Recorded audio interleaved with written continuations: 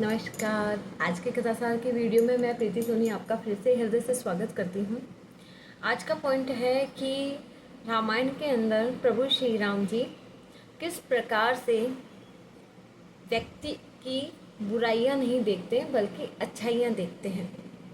जब हम अपनों की बुराइयों को हटाकर और अच्छाइयों को देखते हैं तो हम खुद भी अपने अंदर अच्छाइयाँ लेके आते हैं, साथ ही दूसरे में भी एक अच्छाई प्रेरित करते हैं। अच्छाई ही अच्छाई को बढ़ाती है और बुराई को भी ख़त्म करती है।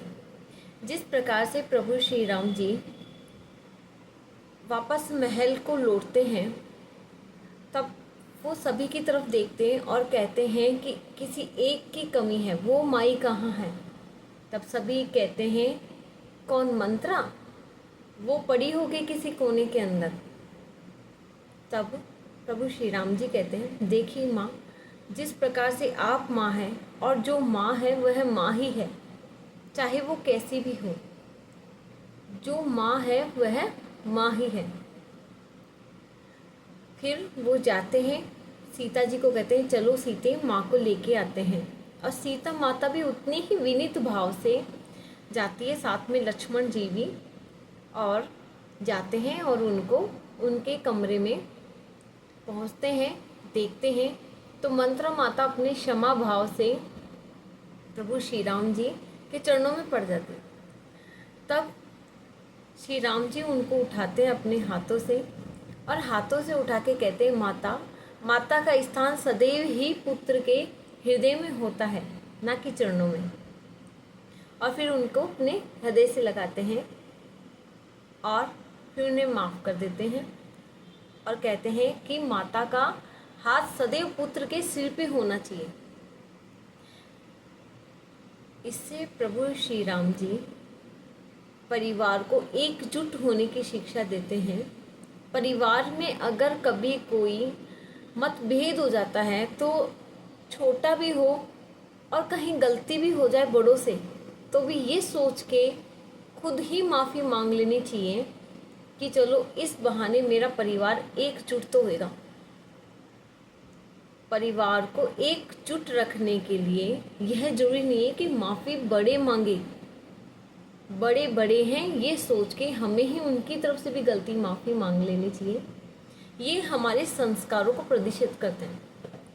आज एक नया सिद्धांत सभी के लाइफ में आया है कि हमें किसी से क्या मतलब है, या फिर एक नया सिद्धांत आ रहा है कि हम हैं ना, हमारे दो, हमारे चार, बाकी हमें किसी से क्या मतलब है। देखिए, कभी ज़िंदगी में ये पल भी आ सकता है कि आपके दो या दो चार हैं, अगर आप सबसे जोड़ने की भावना नहीं रखेंगे तो कल को वो भी आपके दो या चार जो भी हैं आपसे जुड़ने की भावना नहीं रखेंगे। एक दूसरा पॉइंट रामायण का सबसे अत्यधिक प्रभावित करने वाला है दूसरों की इज्जत करना। लास्ट में जब रावण मृत्यु के नज़दीक होता है तो भगवान किसी में बुराई नहीं देखते हैं, अपितु उसके गुणों को ही देखते हैं।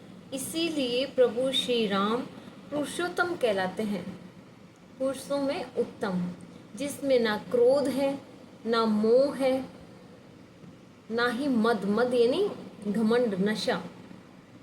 जैसे किसी के पास दौलत आ जाती है, गुण हो जाते हैं तो उनको घमंड हो जाता है, वो भी नहीं। जीतने का भी घमंड नहीं था, फिर भी वो रावण में गुण देखते हैं। लक्ष्मण को कहते हैं, जाओ लक्ष्मण, जाके रावण अत्यधिक ज्ञानी व्यक्ति रहे, एक तो ब्राह्मण रहे हैं तो ज्ञान देने वाले, दूसरे वास्तव में उनमें ज्ञान था बहुत ज़्यादा, जाओ उनसे ज्ञान लो। यानी जो व्यक्ति उनसे हार गया है उसको आज के युग में अगर कोई जरा सा भी कोई किसी से हार जाता तो उसे 10 बातें सुनाता है। और प्रभु श्री राम कहते हैं, जाओ उनसे शिक्षा लो। लक्ष्मण जाते हैं एक बार क्रोध में भरकर और जाके बोलते हैं, लाओ ज्ञान दो।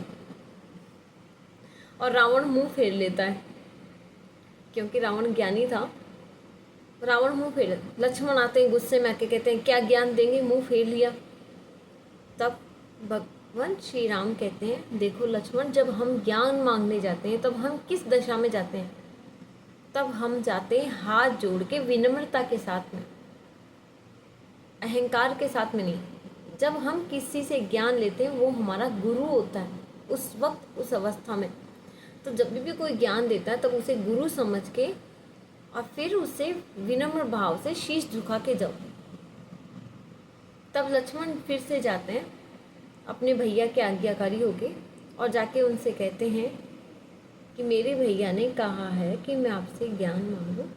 मैं आपको प्रणाम करता हूँ और मैं कहता हूँ कि जो भी आपके पास में ज्ञान है या मुझे आप समझते हैं इस लायक मुझे समझाने के, वो ज्ञान दीजिए। तब रावण उनको बताते हैं कि तुम्हारा भाई इसलिए जीत गया क्योंकि भाई भाई के साथ है था, मैं इसलिए हार गया क्योंकि मेरा साथ मेरा भाई नहीं था। इसलिए आज भी कहा जाता है लंका भेदी लंका ढाई।